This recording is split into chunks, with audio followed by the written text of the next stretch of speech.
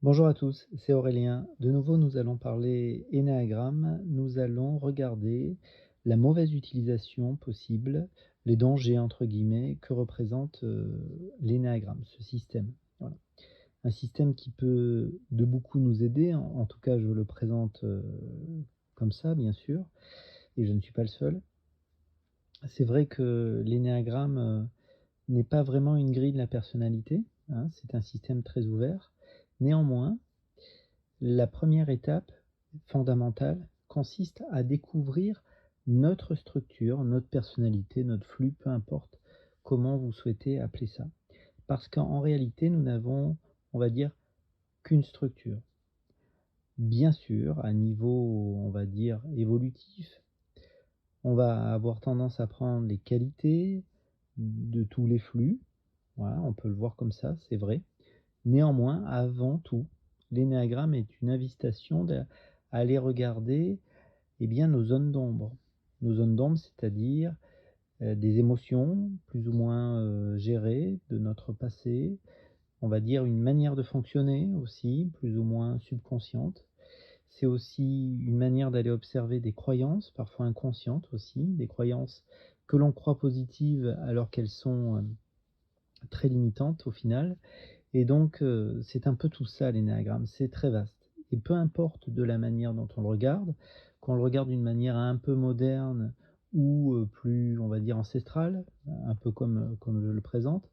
C'est-à-dire que l'énéagramme nous vient d'une époque, encore une fois, où le développement personnel n'existe pas. Donc à ce titre, c'est intéressant de regarder parfois l'énéagramme, ne de pas perdre de vue comment était vu l'énéagramme autrefois, c'est-à-dire une manière d'objectiver, de regarder, si vous préférez, la personnalité souffrante comme un objet d'étude, quelque chose qui va pouvoir être étudié, voilà, et éventuellement travaillé. Alors quand on parle de travailler, on parle bien sûr de travailler nos émotions.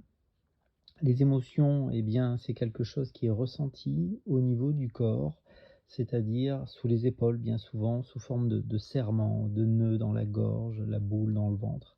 Bien sûr, cela ne présente pas beaucoup d'intérêt pour, le mental humain, mais cette, libération-là, du ressenti, il y a plusieurs approches et je ne suis pas sûr de les connaître tous. Il y a plusieurs approches qui peuvent vous permettre d'accueillir cette émotion et je ne parle pas de gestion émotionnelle, hein. C'est-à-dire, il ne s'agit pas de vouloir transmuter un ressenti, une colère en quelque chose d'agréable.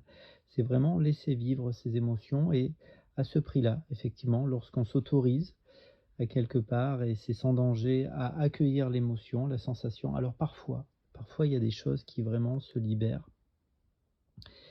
Il y a des compréhensions profondes qui s'installent. Souvent, l'émotion est un voile qui nous empêche d'aller regarder, qu'est-ce qui se cachait réellement derrière la situation. Donc c'est toujours une invitation, l'énéagramme, à aller explorer, nos peurs, fondamentales, nos projections concernant le futur et encore une fois, certains pans de notre passé plus ou moins digérés.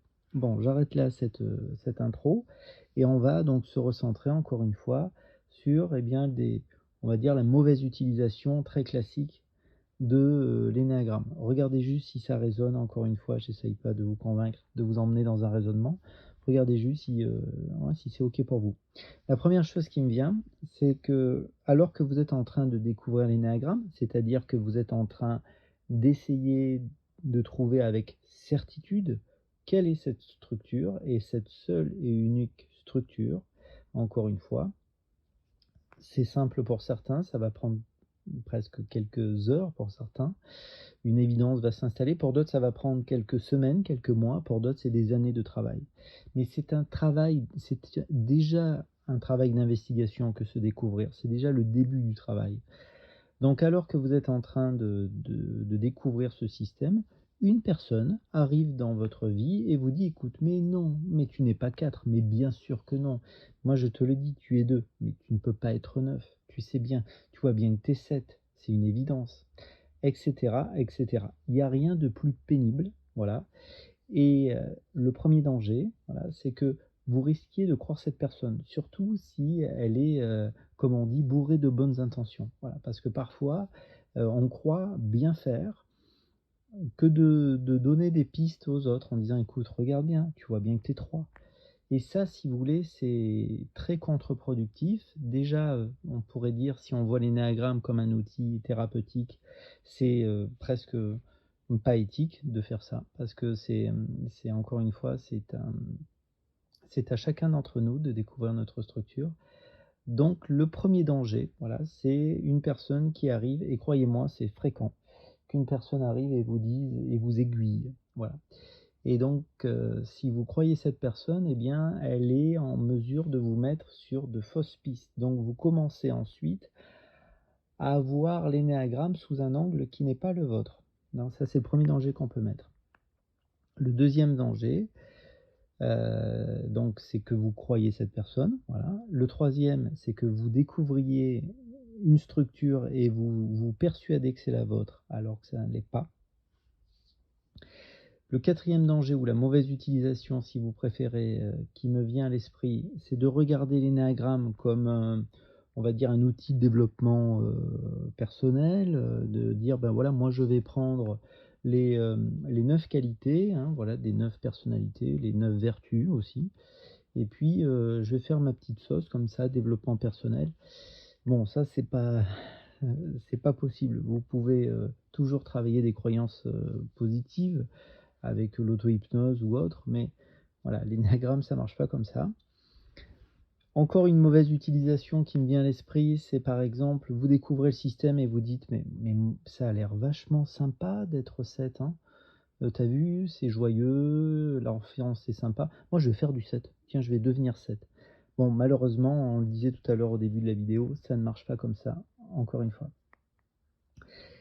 Encore une fois, c'est toujours pareil, l'énéagramme, c'est un système qui est profond, c'est-à-dire, on peut pas le prendre à la vous pouvez toujours le prendre à la légère, mais l'invitation, elle est assez profonde. Elle est d'aller regarder nos blessures à un niveau inconscient.